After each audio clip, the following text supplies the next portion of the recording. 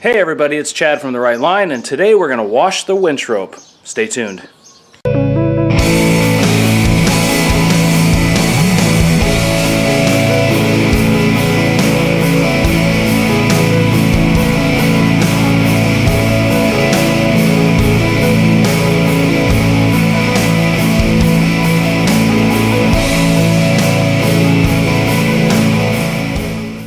Just to tell you a little bit about my Jeep, it's a Jeep Grand Cherokee WJ, and the winch that I'm running is a Super Winch Tiger Shark 9500 with the synthetic winch rope, which I love, and it's mounted to the Jeep using HK Off-Road's hidden winch mount. Thanks Bash, you did a great job. And I'm also running the Factor 55 Pro Link. So let's get started. Last weekend we were out tackling one of our favorite trails north of Phoenix in the Table Mesa Recreation Area, and I had to run some winch line, and I realized just how dirty this winch line was. Basically going to run this winch line out, and I've got two cold water buckets here. I'm going to dunk them in the water, rinse them off, and then we're going to dry it.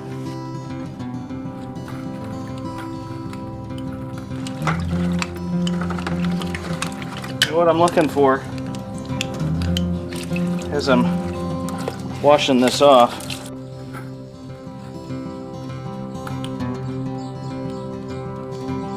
I'm going to try to open up some of these sections of the rope, and under the water I want to rinse them out so we can get dirt, debris, sand, all kinds of stuff in there, and all of that equals abrasion on the winch rope, and that's going to prematurely wear your winch rope.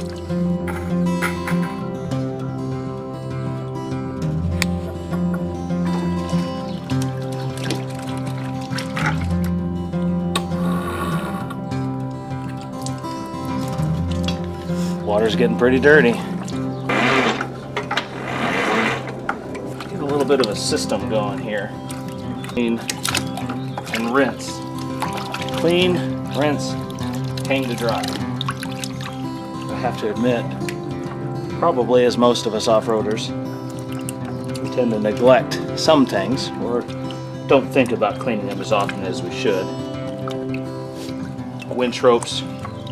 I haven't cleaned this. This is the first time it's clean since it's been installed, but I don't often use my winch. The nice thing about it is, though, a little preventative maintenance like this now will save some headache on the trail. The motion I'm kind of doing here with my right hand is I'm kind of pushing my right hand to my left hand and twisting at the same time. Sort of open up the winch rope a little bit. I haven't added any detergents or anything to this. This is strictly cool water.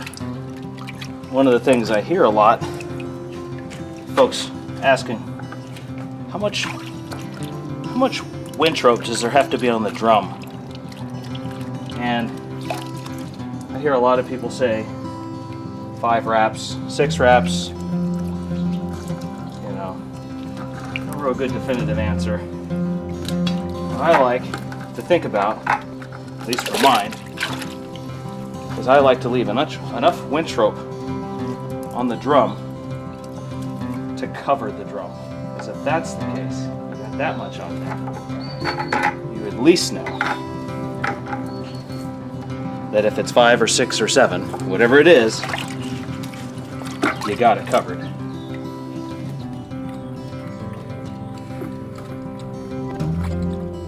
There's a lot of debate in the world of off-roading. What's better, synthetic winch rope or steel cable? And everybody has their preferences. Different camps will swear by which one's best, of course. And really, you kind of have to decide for yourself. Winch rope is lightweight. It's very strong. It doesn't carry the dynamic forces that cable does necessarily. For me, I like the winch rope for those reasons. Cable, on the other hand, is a bit heavier. and it can store a lot of potential energy which turns to kinetic energy. For example, you load up a winch cable with a pull, something happens to the cable, and all of that energy that's stored, that load that's stored in that cable, makes that cable very, very dangerous. Because when it comes off, it usually doesn't just fall. So for the safety aspect of it, I like the winch rope. One other thing, pros versus cons, about synthetic rope versus cable, is that the rope isn't very abrasion resistant. Sure, it does have the abrasion sleeve or cover on the rope line, but if at all possible, try to avoid your winch rope rubbing and abrading on rocks and letting it get in the dirt. Cable, on the other hand, is a little bit more resilient. Not necessarily a good thing to let it get rubbed and abraded like that, because of course it can get damage too. Everybody should do, regardless if they're on a winch cable or a winch rope, please, please, please put on some gloves. How many times I've seen somebody trying to spool out a winch cable, and one of the strands in the winch cable has some loose frayed ends, and trust me, that doesn't feel good as you're rubbing your hand over that winch cable and you come to one of those frays and it rips your hand up. My personal opinion, I want a pair of gloves that has a loose cuff. A loose cuff, no Velcro straps on my gloves. And if I were doing a recovery, as I said before, I would leave the whole drum wrapped with winch line, just for the extra insurance. For me, it just makes sense. I mean, I'm all about safety and making sure that everybody keeps their fingers and toes. I certainly don't want to hear of anybody getting hurt. I'm looking at this rope as I'm washing it, and I don't see any fraying. I don't see any cut sections of it, which is good. This is a great time to do an inspection. Make sure your equipment is in good shape, especially if you don't use it real often. Some of us use their stuff more than others. What I've come to find mostly, though, is I don't use my winch rope for me very much. There is that occasion where, though, I need to use it, like last weekend. As a friend of mine told me, it's much better to winch than wrench. Now, you should be paying really close attention to how your winch is spooled on your drum. The winch should be coming out on the bottom of the drum, not the top of the drum. Okay, I got my winch rope off. It's been washed, it's been rinsed, and now it's drying. But I want to take this opportunity to point out why it's so important to inspect your equipment regularly. Let me show you something. Now, this is my new winch mount. I put this in last year, and actually, yes, I'm running a roller fairlead. But I want to point out something here. It's really subtle, but it's very, very important. I want to point this out.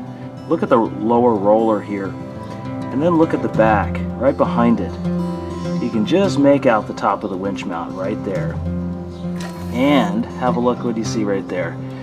It's actually been rubbed. It's been chafed. So what that means is my winch rope is coming off the drum, going over the top of that, and then onto the roller. So it's actually being abraded on the winch mount before it hits the roller.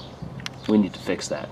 Okay, so what's the plan, you say? Well, I couldn't get my Sharpie marker down in there while the roller fair lead was on, so I estimated that it's going to be about a ½ an inch of material that I need to actually cut this further down, maybe even a little further than that. All right, there we go. So actually what I've done is I've measured 3/4 of an inch on both sides, and then I'm going to cut this straight across. So here we go.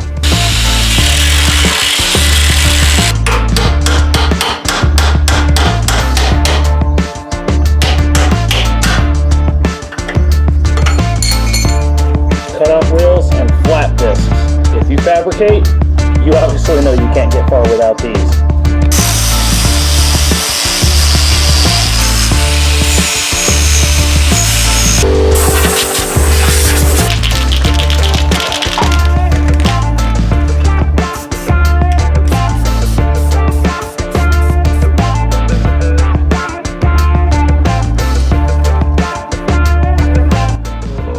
By far better, much more better.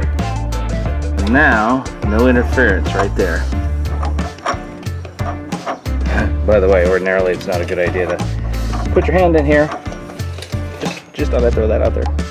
Okay everybody, thanks for watching. That's all for now actually, while the winch rope is drying and this paint is drying.